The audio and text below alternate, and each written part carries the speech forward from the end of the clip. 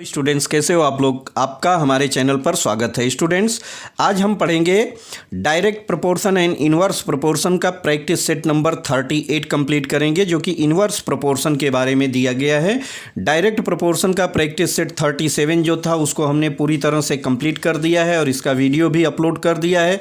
इसका लिंक आपको चाहिए तो डिस्क्रिप्शन बॉक्स में मिल जाएगा, आप उसको जाकर वहाँ से देख सकते हैं, या आपको डायरेक्ट प्लेलिस्ट से भी जाके वहाँ पर भी आप देख सकते हैं।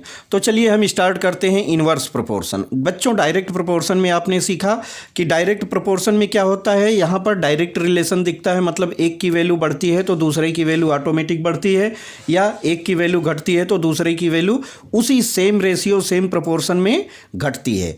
ठीक है, तो अब यहाँ पर हम पढ़ेंगे इनवर्स। इनवर्स का मतलब होता है अपोजिट। सीधी सी बात है कि इनवर्स का मतलब होता है अपोजिट, या उल्टा बोल सकते हैं। ठीक है, अब अपोजिट का मतलब क्या हुआ कि किसी चीज़ का अपोजिट काम होगा, मतलब एक बढ़ेगा तो दूसरा ऑटोमेटिक क्या हो जाएगा, घट जाएगा, या दूसरा अगर घट रहा है तो फर्स्ट वाला क्या हो जाएगा, ऑटोमेटिक उसी रेशियो में बढ़ जाएगा। तो इनवर्स का मीनिंग आप सिंपल सा ध्यान में रखिए कि इनवर्स का मतलब अपोजिट होता है। ठीक है, बस बेसिक आपका क्लियर रहेगा तो आपको प्रॉब्लम कहीं पर नहीं आ सकती है। जैसे मान लीजिए कि हम आपसे बात करते हैं कि 15 workers takes 8 hours to build a wall. एक दीवार को बनाने के लिए कितने वर्कर्स की ज़रूरत लगती है, 15 वर्कर्स की लगती है, जो कि 8 आवर्स की टाइम लेते हैं। How many hours will 15 workers need to build the same wall. अब बोला जा रहा है कि सेम दीवार। देखिए यहाँ पर जो काम होगा ना, जो हमको एक वैल्यू दी गई रहेगी वो फिक्स रहेगी। अब ऐसा नहीं कि उसको एक काम की जगह, एक दीवार की जगह दूसरी दीवार बनाने के लिए बोला जा रहा है, सेम दीवार पर काम करने के लिए बोला जा रहा है। तो यहाँ पर काम करने का जो हमको जो टारगेट दिया रहेगा वो फिक्स रहेगा। टारगेट में हमको चेंजेज नहीं करना है। ठीक है, इस चीज़ को आप ध्यान में रखिएगा। यहाँ पर आपको क्या करना है, सेम जैसे हमने बताया था वैसे ही आपको करना है। ठीक, एक्सरसाइज 1 हम इसको मान लेते हैं। हमको दिया गया है 15 वर्कर्स कितने आवर्स काम कर रहे हैं, 8 आवर्स का टाइम लग रहा है। तो अगर 12 वर्कर लगेंगे तो कितने आवर्स का टाइम लगेगा, बस यही हमसे पूछा जा रहा है। देखिए, अब जब 15 वर्कर्स काम कर रहे हैं तो 8 आवर्स की टाइम लग रही है। वर्कर्स हम कम कर रहे हैं, तो ठीक है, जब हम कम वर्कर से काम कराएंगे तो काम भी कम होगा। ठीक है, वर्कर कम किया हमने तो क्या हो गया कि काम कम होगा, एक चीज़ हो गई, या तो हमको क्या करना होगा, टाइम ज़्यादा देना होगा। अगर काम कम हो रहा है तब तो वहाँ डायरेक्ट प्रोपोर्शन हो जाएगा, लेकिन यहाँ पर क्या हो रहा है, यहाँ पर हमको काम कंप्लीट करना है, दीवार को बनाना है। तो अगर वर्कर हम कम करेंगे तो सीधी सी बात है कि जो वर्कर लोग हैं इनको टाइम अपना बढ़ाना पड़ेगा, या टाइम हम कम कर रहे हैं तो वर्कर को बढ़ाना पड़ेगा। इस चीज़ को आप ध्यान में रखिएगा। तो हम यहाँ पर लिख लेते हैं वर्कर और यहाँ लिख लेते हैं आवर्स। हमने W लिखा और H लिखा। ठीक है, अब आपका यहाँ पर देखिए बॉक्स रेडी हो गया। अब जब बॉक्स रेडी हो गया तो 50% आपका आंसर मिल चुका है यहाँ पर। अब देखिए, बस आपको ध्यान इतना ही रखना है कि अगर डायरेक्ट प्रोपोर्शन होता है, डायरेक्ट प्रोपोर्शन होता है तो क्या होगा स्टूडेंट्स, हमारा क्रॉस मल्टीप्लिकेशन होता है। ठीक, लेकिन जब इन्वर्स होता है तो इन्वर्स में हमको क्या करना है, इन्वर्स में हमको बस ये देखना है कि हमारा जो मल्टीप्लिकेशन होगा ना, सीधा सीधा होगा। अगर आपने स्ट्रेट लिखा है तो सीधा सीधा होगा, नहीं तो आपने वर्कर लिखा है, फिर उसके नीचे टाइम लिखा है या आवर्स लिखा है, फिर यहाँ वर्कर लिखा है, यहाँ टाइम लिखा है, मतलब आपने कॉलम वाइज लिखा है, तब आपका ऐसे मल्टीप्लाई होगा। ठीक है, जो हमारा इस साइड में, नीचे का नीचे से और ऊपर साइड का साइड से, इस साइड का इधर, इस साइड का इधर करते हैं। ठीक है, तो हमने कैसे लिखा है, वर्कर लिखा है, आवर्स लिखा है, आप देख सकते हैं यहाँ वर्कर लिखा है, आवर्स लिखा है। ठीक है, तो हमने स्ट्रेट लाइन में लिखा है, तो स्ट्रेट लाइन में हमको सीधा सीधा मल्टीप्लाई करना होगा और इक्वेशन दिखाना होगा। क्या इक्वेशन दिखाना होगा, अब देखिए एक्स की वैल्यू हमको चाहिए, तो हम क्या करेंगे, 12 × x, मतलब वर्कर कम है तो टाइम ज़्यादा लगेगा, लेकिन दीवार हमको एक ही बनाना है और जो काम ऑलरेडी हमको एक बेस दिया गया है, मतलब 15 मजदूर 8 घंटे काम करके एक दीवार को बना रहे हैं, तो 12 मजदूर, टाइम ज़्यादा लगेगी, लेकिन हमारा इक्वेशन कैसे बनेगा, स्ट्रेट सीधा सीधा मल्टीप्लाई करके बनेगा। ठीक है, अब देखिए हमारा इक्वेशन बन गया। यहाँ पर हमने वहाँ पर क्या किया था, क्रॉस मल्टीप्लाई किया था डायरेक्ट में, यहाँ हमको डायरेक्ट करना है। एक्स की वैल्यू निकाल दीजिए, तो 15 इंटू 8/12 हो जाएगा। 4 2 जा, 4 3 जा, 3 5 जा, क्या हो गया हमको, 5 इंटू 2 इक्वल टू 10 आवर्स। क्या मिल गया बच्चों, हमको 10 आवर्स मिल गया। अगर हम 12 वर्कर रखते हैं तो उनको काम कितना करना पड़ेगा, 10 घंटे काम करके काम को कंप्लीट किया जा सकता है। ठीक है, तो ये हमारा आंसर किससे आया, इन्वर्स प्रोपोर्शन से। तो बस इसको ऐसे ही सिंपल तरीके से सॉल्व करना है, कोई दिक्कत की बात नहीं है। अब हम क्वेश्चन नंबर 1 पर चलते हैं। क्वेश्चन नंबर 1 में हमको दिया है 5 workers takes 18 days to weed a field, how many days would 6 workers take. आगे दिया है how many would take 15 take. ठीक है, अब देखिए यहाँ आपको 3 कॉलम बनाना होगा। चाहिए तो आप अलग अलग भी बना सकते हैं और चाहिए तो साथ में भी बना सकते हैं, कोई दिक्कत नहीं। आप ऊपर वाले में क्या लिखिए, एक तो हमको वर्कर लिखना है, एक तरफ आप वर्कर लिख दीजिए और दूसरे तरफ कितना ले रहे हैं, डेज ले रहे हैं। ठीक है, दिन। ठीक, अब देखिए हमको क्या दिया हुआ है यहाँ, अगर 5 वर्कर हैं तो हमको टाइम कितना लग रहा है, 12 डेज लग रहा है। वर्कर हम अगर 6 कर रहे हैं तो टाइम कितना लगेगा, एक्स मान लेते हैं।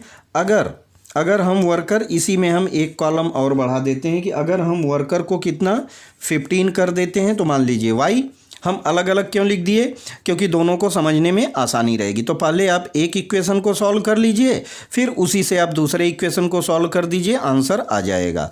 अब यहाँ क्या हो जाएगा, देखिए 6 into x equal to 5 into 12 होगा।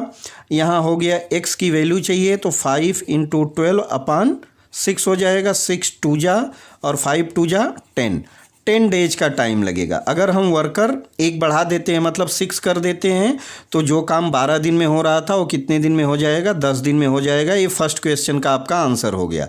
सेकंड में पूछ रहा है, इसको भी आप सेम इक्वेशन से किसी भी इक्वेशन को मान लीजिए, इसी को हम ले लेते हैं, तो यहाँ y इंटू 15 हो जाएगा इक्वल टू 5 इंटू 12 हो जाएगा। ठीक है, y की वैल्यू चाहिए, कोई बात नहीं है, तो हम y की वैल्यू निकाल लेते हैं। ठीक है, वुड 15 टेक।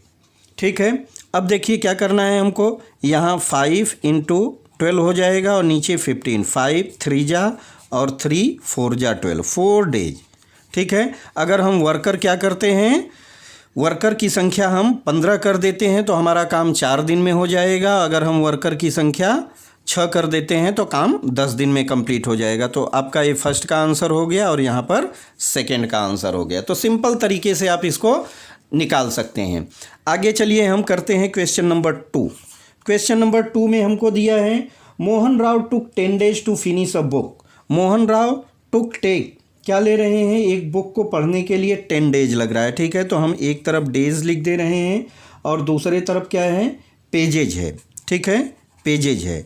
जब 10 डेज लग रहा है तो डेली वो कितना पेज पढ़ रहे हैं, 40 पेज पढ़ रहे हैं। पूछ रहे हैं कि काम उनको 8 डेज में ख़त्म करना है तो कितने पेज डेली पढ़ना पड़ेगा। ठीक, आपका इक्वेशन बन जाएगा। यहाँ पर बच्चों इक्वेशन बनाना बहुत इजी है, जिसने इक्वेशन बनाना सीख लिया उसको प्रॉब्लम आएगा ही नहीं।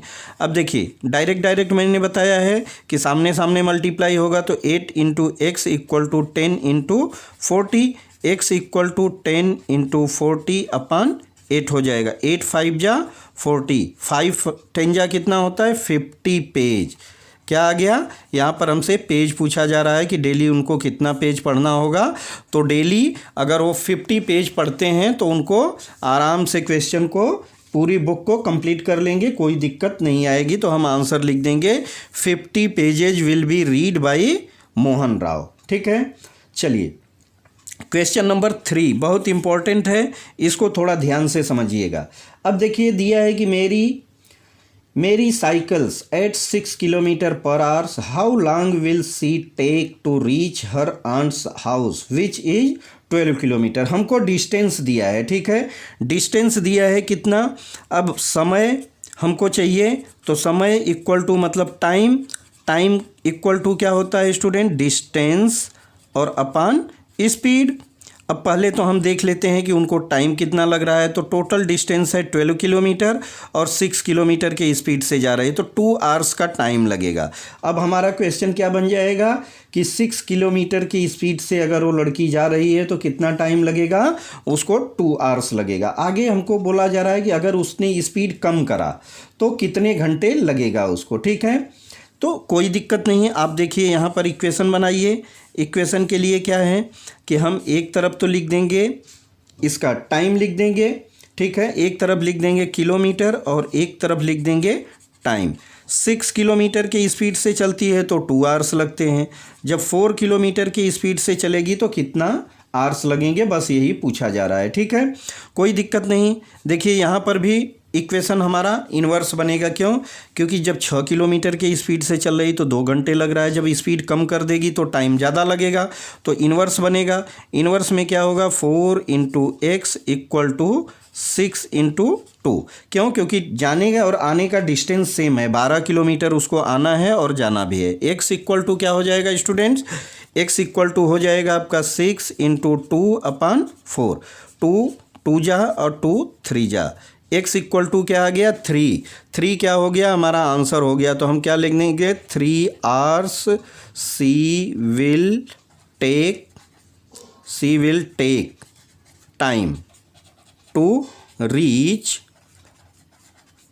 हर होम, ठीक है। तो ये आपका आंसर हो गया, ठीक है। तो ऐसे इसको करना है। आप चाहिए तो इसका स्क्रीनशॉट ले सकते हैं, मैं पूरा आपको दिखा देता हूं जो क्वेश्चन मैंने सॉल्व किया है। देखिए आप यहाँ से पूरा इसका स्क्रीनशॉट ले लीजिए और बार बार इसको रिवीजन कीजिए। रिवीजन से आपका काम आसान हो जाएगा, आपको दिक्कत नहीं आएगी। चलिए क्वेश्चन नंबर 4 को हम कंप्लीट कर देते हैं। यहाँ पर क्वेश्चन नंबर 4 में हमको दिया हुआ है कि the stock of grains in a government warehouse last 30 days. एक गवर्नमेंट का वेयर हाउस है जहाँ पर कि स्टॉक रखा गया है, कितने, एक गांव का समझिए कि गवर्नमेंट वेयर हाउस है, ठीक है। तो 4000 अगर पीपल हैं तो 30 डेज के लिए चलता है, लेकिन बताया जा रहा है कि अगर पीपल कितने हैं 6000 हैं तो कितने दिन चलेगा, ठीक है। क्वेश्चन नंबर 4, एक तरफ हम लिख देते हैं पीपल, ठीक है, और दूसरे तरफ लिख देते हैं डेज, ठीक है, कोई दिक्कत नहीं। पीपल अगर 4000 हैं तो स्टॉक जो है 30 डेज के लिए अप्लीकेबल है, लेकिन अगर पीपल 6000 हो जा रहे हैं तो कितने दिन तक स्टॉक चलेगा, ये हमसे पूछा जा रहा है। चलिए तो यहाँ पर इसको सॉल्व कर लेते हैं। जब यहाँ पर आप इसको सॉल्व करेंगे तो क्या मिल जाएगा, ठीक, आपका देखिए आदमी बढ़ रहे हैं मतलब टाइम राशन कम दिन चलेगा, तो सिंपल सा तरीके से हो जाएगा। इन्वर्स है, यहाँ पर भी क्या है, इन्वर्स प्रोपोर्शन, ठीक। इन्वर्स प्रोपोर्शन से कर दीजिए तो क्या हो जाएगा student, 6000 × x equal to 4000 × 30। x की वैल्यू चाहिए तो 4000 × 30 और अपान 6000 हो जाएगा, ठीक है। 0 0 से काटिए, जितना कटता है काट दीजिए। अब 3 2 जा, ठीक है, ऊपर क्या बचा 40 और नीचे 2 से भाग दे दीजिए, 2 20 जा 40 डेज के लिए उनका स्टॉक चलेगा। तो हम आंसर लिख देंगे, if people 6000 then stock will for 20 days. तो स्टॉक कितने दिन के लिए हो जाएगा, 20 डेज के लिए हो जाएगा। ये हमारा सिंपल सा आंसर हो गया। तो इस तरह से करना है दोस्त। इसको आप हमारे वीडियो को अपने दोस्तों में, अपने फ्रेंड में ज़्यादा से ज़्यादा इसको शेयर कीजिए, हमारे वीडियो को लाइक कीजिए, जिससे हमको मोटिवेशन मिलता है, वीडियो बनाने में हमारा इंटरेस्ट और डबल हो जाता है। बस आप और हमारे चैनल को आप सब्सक्राइब कर दीजिए, अपने दोस्तों में भी चैनल को सब्सक्राइब करने के लिए बोलिए। आपके लिए अभी ये 7th स्टैंडर्ड का है स्टूडेंट्स वीडियो, जो स्टैंडर्ड 8th में है उसके लिए 9th का कंटेंट्स मिल जाएगा, जो 7th हैं उनके लिए 8th का मिल जाएगा, जो 6 में हैं उनके लिए 7th का मिल जाएगा। हम डेली वीडियो आपके लिए अपलोड कर रहे हैं, सिर्फ आप हमारे मोटिवेशन को बनाए रखिए, हमारे चैनल को ज़्यादा से ज़्यादा लोगों में शेयर कीजिए। अब मिलते हैं नेक्स्ट वीडियो में, तब तक के लिए बाय।